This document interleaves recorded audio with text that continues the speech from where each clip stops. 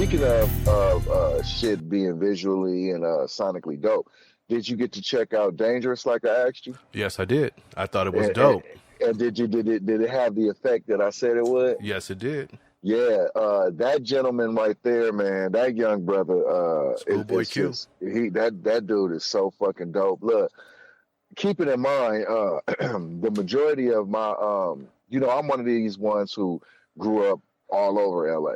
My mother, we had a particular relocation process called eviction.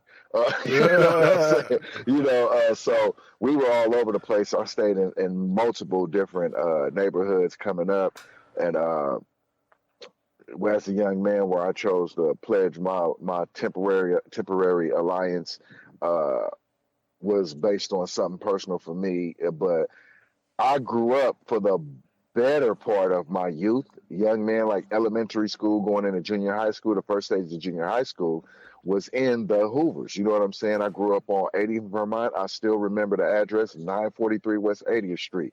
Yeah. That particular part of South Central, when I was coming up, was the 7-4 Hoovers. But that's back when all the Hoovers was Crips. You know what I'm saying? Yeah. I know some of them, apparently some of them held to the Crip card, but you remember, like I remember when the Hoovers stopped, for the most part, saying Crip because they felt like, we CK and BK, so we criminals. Fuck all that shit. But yeah, they I don't transformed. I don't know if the 7-4s or is a particular section of that set that stayed with the Crip or not, because I haven't been around there in years. Not affiliated with that anymore.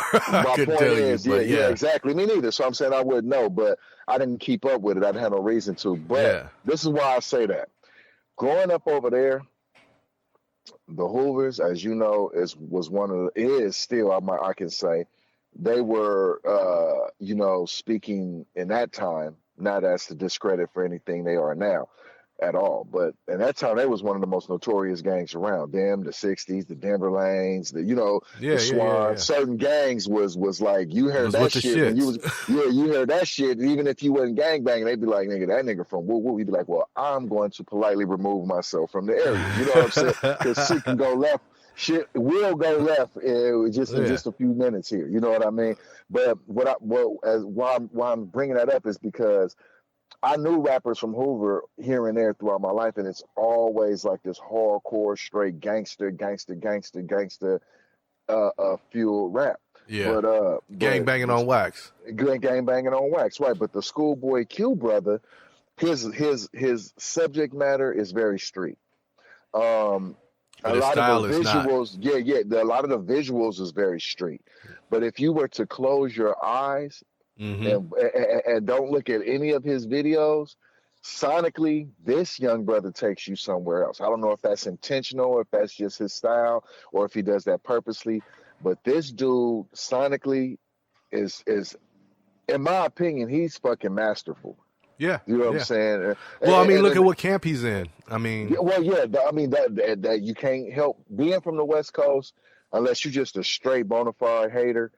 You cannot help but hold TDE on a high platform. Yeah, you understand what I'm saying? To me, my opinion, I think those young brothers keep going, they're going to be 10 times what Death Row was. I was just about to say, I think they raised the bar from what Death Row was. Right. Because I think, as we all know, as soon as Dr. Dre left Death Row, that's where it all went to shit. Yeah, exactly. Snoop and everybody say Dr. Dre, but don't forget Snoop too. Snoop took a whole lot of star power with him when he left. Snoop did that as well. That was the nail in the coffin when Snoop left, because he was the next one to go.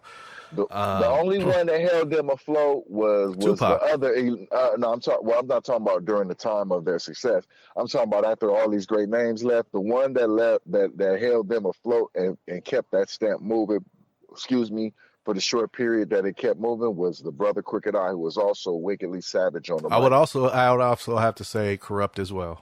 Corrupt as well. Oh, well, exactly. My apologies. You can never sleep on Corrupt. Yeah, I would have to say Corrupt as well, because Corrupt didn't leave right after Snoop either. You can never take away from what Corrupt has been, not only to just Death Row, the West Coast, period. Yeah.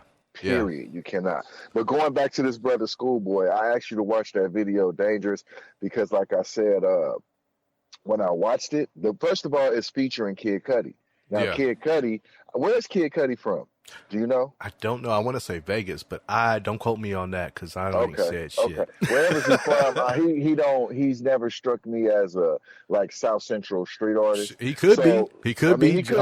But even if he's from Murs South is from Central, South Central. That's what I'm saying. But Murs is not a South Central street artist as far as the gang culture shit. You know what I'm saying? No, I'm just saying that you have a different type of look with that dude as well. Well, if that's the case, we know that. We got Razzcast, we got Ahmad, we AC Alone. We've always had artists who are from LA. The Alcoholics, I believe, are from the Valley, but still, whatever, LA. We still always LA had County. artists who are more lyrical and backpack rappy. I don't like that term, but that's the term they use. And they're from LA, but they're not in the vein of gangster rap.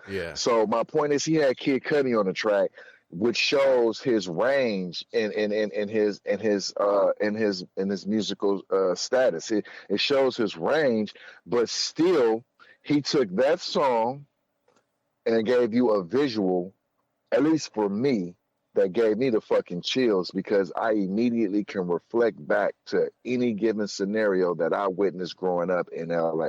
Yeah, I can agree with you on that. It was good, great video, great song, great video. But I think I think Schoolboy Q is dope anyway. So all of them, J-Rock. But the whole TDE camp is dope. I haven't really heard anything that I'm like I don't like at all. You know? Exactly. Like you got the ones who, based on their popularity, for whatever reason they have popularity. Of course, Kendrick. To me, Kendrick is my lyrical intellectual source. That's where I plug in when I want to get deep or I want to draw out something, because I still do art every now and then. I try to get involved with my paints and shit when I got time. I listen to Kendrick and I listen to Ab-Soul. I listen to Sir. I listen to SZA. These are the ones off of that label. That no disrespect to the young man, what's his name, Rashad or whatever the other dude name. I don't, but I like his Double A. I like that Double A song he had, but I don't really know too much of his music. But I definitely like on the R&B side of the game and TDE. I like SZA. I love the music by the young brother Sir. And but when it comes to the lyricists, the MCs, the rappers, Kendrick and Ab-Soul put me in that place where creativity is still welcome, which seems to be lesser and lesser in this generation. And then, of course, we got J-Rock and we got the boy Schoolboy. Yeah. You know what I'm saying? When we want to get on some real gangster shit, but not ignorant gangster shit, like we're not banging on wax. Shit. Yeah, you know what I'm saying? Even though Schoolboy go hard with that too. Yeah. Schoolboy tell you, nigga, I'll up that thing. Yeah, but it ain't banging on wax. It's still lyrical. The music that these cats put the message of the streets on the West Coast, SoCal, this shit just blows my mind, brother. And when I seen that video, it's like I said, it's very short. But when I seen it and it got the message in it where it says eye for an eye leaves the whole world blind. Yeah. That is in that video. You know what I'm saying? That is in that video. But I of course not exactly that, but something similar. We've all been on the block before and motherfuckers get out the car and walk up to somebody and let off. Yeah. And that'd be right before they start shooting, you looking at motherfuckers like, who's them niggas? Like, damn, what that shit looks shady. And it goes down like that. Now we all running or ducking, and it's like, man, what the fuck? You know what I'm saying? And then you hit behind the house or the garage, and then you come back out and sure enough somebody laid out smoked. You know what I mean? Uh-huh. We've witnessed all that. We've all, unfortunately, at least most of us, not just LA. I'm never just talking about LA, but we're from LA, so I'm speaking to the incidences. Yeah, but everybody can relate to that. It's a relatable topic.